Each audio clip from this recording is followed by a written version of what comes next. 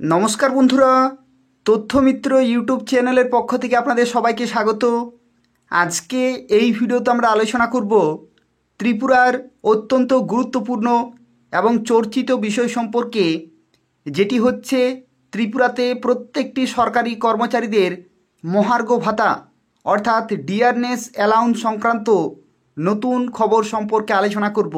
সবচেয়ে latest update যেটা হচ্ছে, আপনারা প্রত্যেকেই জানেন যে ত্রিপুরার মুখ্যমন্ত্রী ডক্টর মানিক সাহা তিনি গিয়েছেন নয়াদিল্লিতে এবং সেখানে তিনি বিভিন্ন মন্ত্রীদের সাথে সাক্ষাৎ করেছেন এবং সবচেয়ে গুরুত্বপূর্ণ যে সাক্ষাৎ, যেটি হচ্ছে কেন্দ্রীয় অর্থমন্ত্রী নির্মলা সীতারমণের সাথে তিনি বৈঠক করেছেন এবং যেখানে তিনি এই ডিএর যে ব্যবধান সেটা কমানোর জন্য বিবেচনা করতে কিন্তু বলেছেন। এবং নির্মলা সীতারমণ তিনি কিন্তু আশ্বাস দিয়েছেন যে এই বিষয়ে খুব শীঘ্রই সুখবর আসতে চলেছে প্রত্যেকটি ত্রিপুরা সরকারি কর্মচারীদের জন্য। এবং শুধুমাত্র ডিআর নয়, তার সাথে সাথে অষ্টম পে কমিশন এটার লাগুর ব্যাপারেও কিন্তু বিবেচনা চলছে। তো সেক্ষেত্রে আপনাদের প্রত্যেকের জন্য এটা কিন্তু একটা খুশির খবর রয়েছে। আর কিছুদিনের মধ্যে আপনারা প্রত্যেকেই খুশির খবরটি শুনতে পাবেন যে কী পরিমাণে ডিএ বাড়ানো হবে, অর্থাৎ কত শতাংশ ব্যবধান কমবে, সেটা আপনারা কিছুদিনের মধ্যে জানতে পারবেন। তাছাড়া অষ্টম বেতন কমিশন যে লাগুর যে খবর, সেটাও আপনারা কিন্তু পেয়ে যাবেন আর কিছুদিনের মধ্যে। তো সেক্ষেত্রে নতুন নতুন খবরগুলি সময় মতো পেতে হলে অবশ্যই এই চ্যানেলটি প্রত্যেকেই সাবস্ক্রাইব করে রাখুন। তো দেখুন, আজকের এই ভিডিওতে আমরা আলোচনা করব প্রবীণ দিবস বকেয়া ডিআর নিয়েও চর্চা হচ্ছে। মুখ্যমন্ত্রী ডক্টর মানিক সাহা দিল্লিতে রয়েছেন, অর্থাৎ বর্তমানে মুখ্যমন্ত্রী ডক্টর মানিক সাহা তিনি কিন্তু নয়া দিল্লিতে রয়েছেন এবং ডিআর ব্যবধান কমানোর জন্য তিনি কেন্দ্রীয় অর্থমন্ত্রীর কাছে অতিরিক্ত অর্থ বরাদ্দের দাবিও জানিয়েছেন। অর্থাৎ আপনারা প্রত্যেকেই জানেন যে ত্রিপুরাতে কিন্তু অর্থ সংকট রয়েছে। তো যে কারণে ডিআরের যে ব্যবধান সেটা যদি কমানো হয় তাহলে কিন্তু প্রচুর অর্থের প্রয়োজন রয়েছে। সেজন্য মুখ্যমন্ত্রী ডক্টর মানিক সাহা তিনি কেন্দ্রীয় অর্থমন্ত্রীর কাছে অতিরিক্ত অর্থ বরাদ্দের জন্য কিন্তু তিনি দাবি জানিয়েছেন। এবং এখানেই বিষয়গুলো জড়িয়ে আছে যে রাজ্যে এ সময়ে 22% ডিআর কিন্তু বকেয়া। অর্থাৎ ডবল ইঞ্জিন সরকার হয়েও কেন্দ্রীয় সরকার এবং রাজ্য সরকারের একই সরকার, বিজেপি সরকার ডবল ইঞ্জিনের সরকার হওয়া সত্ত্বেও কেন্দ্রীয় সরকার এবং রাজ্য সরকারের ডিএর ব্যবধান হচ্ছে 22%। তা কমানোর উদ্যোগ নেওয়া হয়েছে। বিভিন্ন রাজ্য, যে সমস্ত রাজ্যগুলিতে ডবল ইঞ্জিন সরকার, সেখানে কিন্তু 58% ডিএর পাচ্ছে সরকারি কর্মচারীরা। বিভিন্ন রাজ্য কিন্তু রয়েছে। ত্রিপুরার ডবল ইঞ্জিনের সরকার, তাহলে ত্রিপুরাতে সরকারি কর্মচারীরা কেনই বা 58% অর্থাৎ বর্তমান কেন্দ্রীয় সরকারের ডিআর পাবে না? তো তার জন্যই কিন্তু এখানে উদ্যোগ নেওয়া হয়েছে এবং চলতি মাসের 31 অক্টোবরের মধ্যে বকেয়া পরিশোধ করা হলে ষোড়শ অর্থ কমিশন রাজ্যকে সেই টাকা কমিটেড করবে।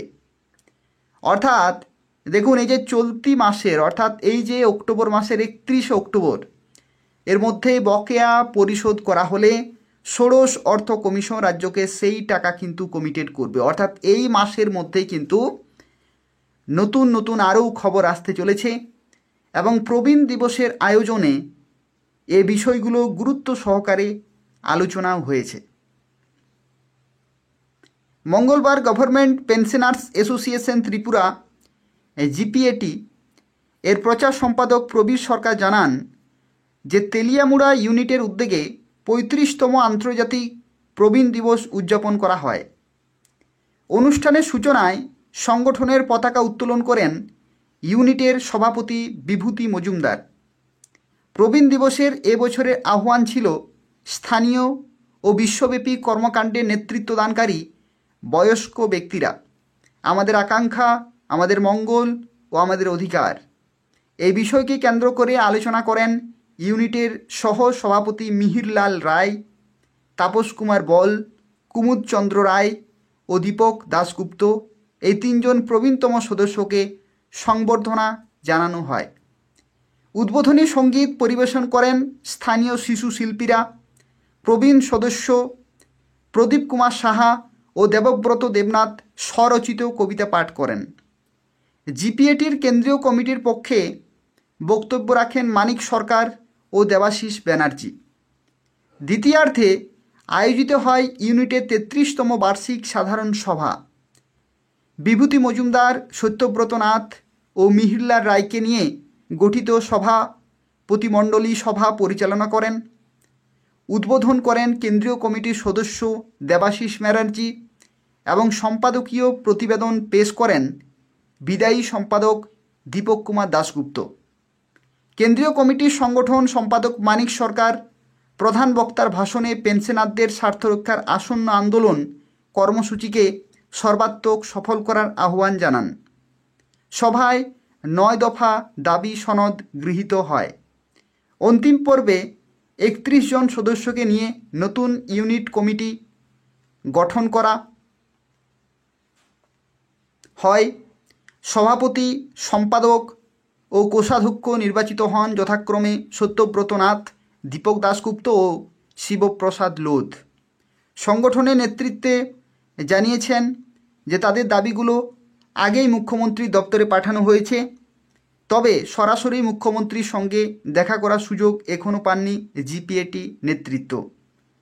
তো সেক্ষেত্রে আপনারা বুঝতে পারছেন যে ত্রিপুরা রাজ্য জুড়ে, অর্থাৎ গোটা রাজ্য জুড়েই কিন্তু এই বিষয় নিয়ে চর্চা চলছে। তো দেখুন, এটা একটা নতুন খবর রয়েছে ত্রিপুরায় সরকারি কর্মচারীদের মহার্ঘ ভাতা সংক্রান্ত, এবং খুব শীঘ্রই ডিএ কিন্তু বাড়বে। অর্থাৎ 36% যে ডিএ পাচ্ছেন ত্রিপুরা সরকারি কর্মচারীরা, সেই পার্সেন্টেজ কিন্তু খুব তাড়াতাড়ি বাড়বে। এবং কেন্দ্রীয় সরকার এবং রাজ্য সরকারের মধ্যে যে 22% ব্যবধান, সেটা কিন্তু কমতে চলেছে খুব শীঘ্রই। আর তার সাথে সাথে অষ্টম বেতন কমিশন সংক্রান্ত যা কিছু খবর আসবে আমি কিন্তু আপনাদের সময় মতো জানিয়ে দেব। তো সেক্ষেত্রে আপনারা প্রত্যেকেই এই তথ্যমিত্র চ্যানেলটি সাবস্ক্রাইব করে রাখুন। এই চ্যানেল থেকে আপনারা প্রত্যেকটি নতুন নতুন আপডেটগুলি সময় মতো পেয়ে যাবেন। ডিএ সংক্রান্ত, এছাড়া অষ্টম পে কমিশন সংক্রান্ত, তাছাড়া অনিয়মিত কর্মচারী, চুক্তিবদ্ধ কর্মচারী, ফিক্সড পে কর্মচারী, বিভিন্ন খবরগুলি আপনারা কিন্তু সময় মতো পেয়ে যাবেন।